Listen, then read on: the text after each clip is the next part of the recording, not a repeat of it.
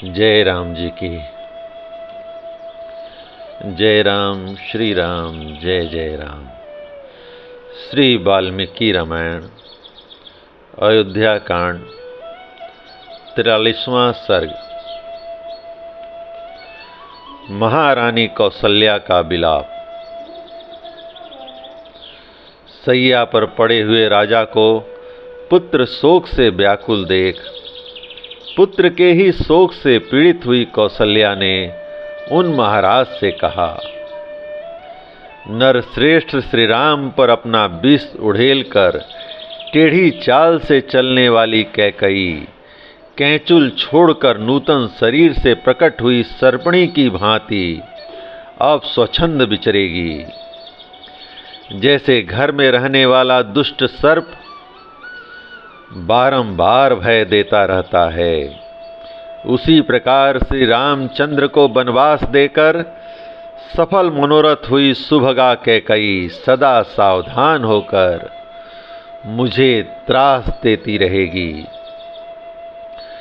यदि श्री राम इस नगर में भीख मांगते हुए भी घर में रहते अथवा मेरे पुत्र को कैकई ने दास भी बना दिया होता तो वैसा वरदान मुझे भी अभिष्ट होता, क्योंकि उस दशा में मुझे भी श्री राम का दर्शन होता।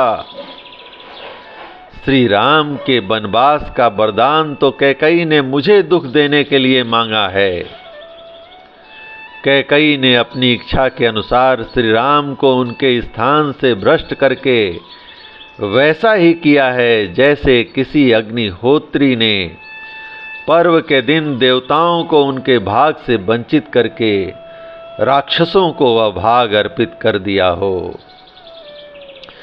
गजराज के समान मंद गति से चलने वाले वीर महाबाहु धनुर्धर श्री राम निश्चय ही अपनी पत्नी और लक्ष्मण के साथ वन में प्रवेश कर रहे होंगे। महाराज, जिन्होंने जीवन में कभी दुख नहीं देखे थे, उन श्री राम लक्ष्मण और सीता को आपने कैकई की बातों में आकर वन में भेज दिया। अब उन बेचारों की वनवास के कष्ट भोगने के सिवा और क्या अवस्था होगी। रत्न तुल्य उत्तम वस्तुओं से वंचित वे तीनों तरुण सुख रूप फल भोगने के समय घर से निकाल दिए गए। अब वे बेचारे फल मूल का भोजन करके कैसे रह सकेंगे।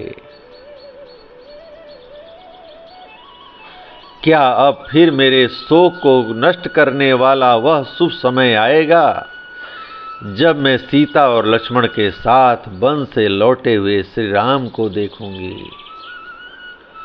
कब वह शुभ समाचार प्राप्त होगा जबकि वीर श्री राम और लक्ष्मण वन से लौट आएं। यह सुनते ही यशस्वी अयोध्यापुरी के सब लोग हर्ष से उल्लासित हो घर घर फहराए गए ऊंचे ऊंचे ध्वज समूह पुरी की शोभा बढ़ाने लगे।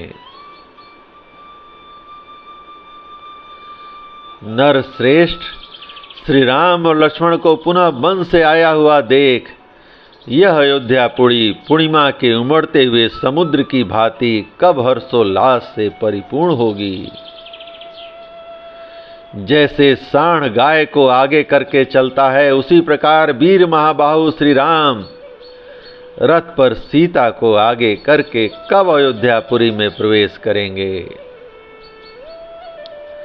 कब यहाँ के सहस्त्रों मनुष्य पुरी में प्रवेश करते और राजमार्ग पर चलते हुए मेरे दोनों शत्रु दमन पुत्रों पर लावा की वर्षा करेंगे।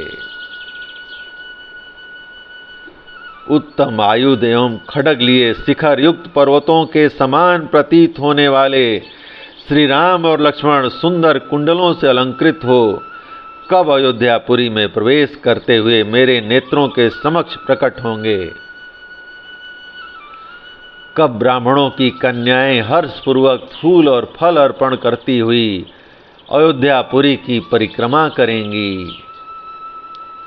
कब ज्ञान में बढ़े चढ़े और अवस्था में देवताओं के समान तेजस्वी धर्मात्मा श्री राम उत्तम वर्षा की भांति जन समुदाय का लालन करते हुए यहाँ पधारेंगे। वीर, इसमें संदेह नहीं कि पूर्व जन्म में मुझ नीच आचार विचार वाली नारी ने बछड़ों के दूध पीने के लिए उद्यत होते ही उनकी माताओं के स्तन काट दिए होंगे।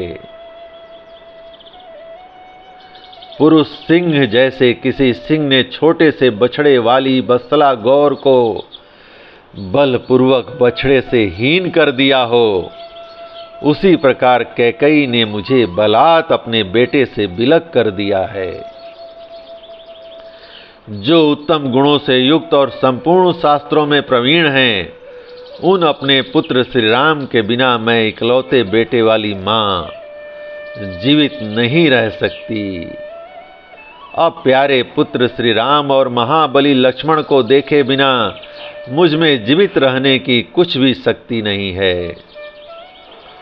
जैसे ग्रीष्म ऋतु में उत्कृष्ट प्रभाव वाले भगवान सूर्य अपनी किरणों द्वारा इस पृथ्वी को अधिक ताप देते हैं, उसी प्रकार यह पुत्र शोक जनित महान अहितकारक अग्नि आज मुझे जलाए दे रही है।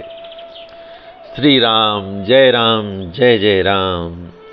इस प्रकार श्री वाल्मीकि निर्मित आर्ष रामायण आदि काव्य के अयोध्या कांड का 43वां सर्ग प्रभु श्री राम की कृपा से पूर्ण हुआ।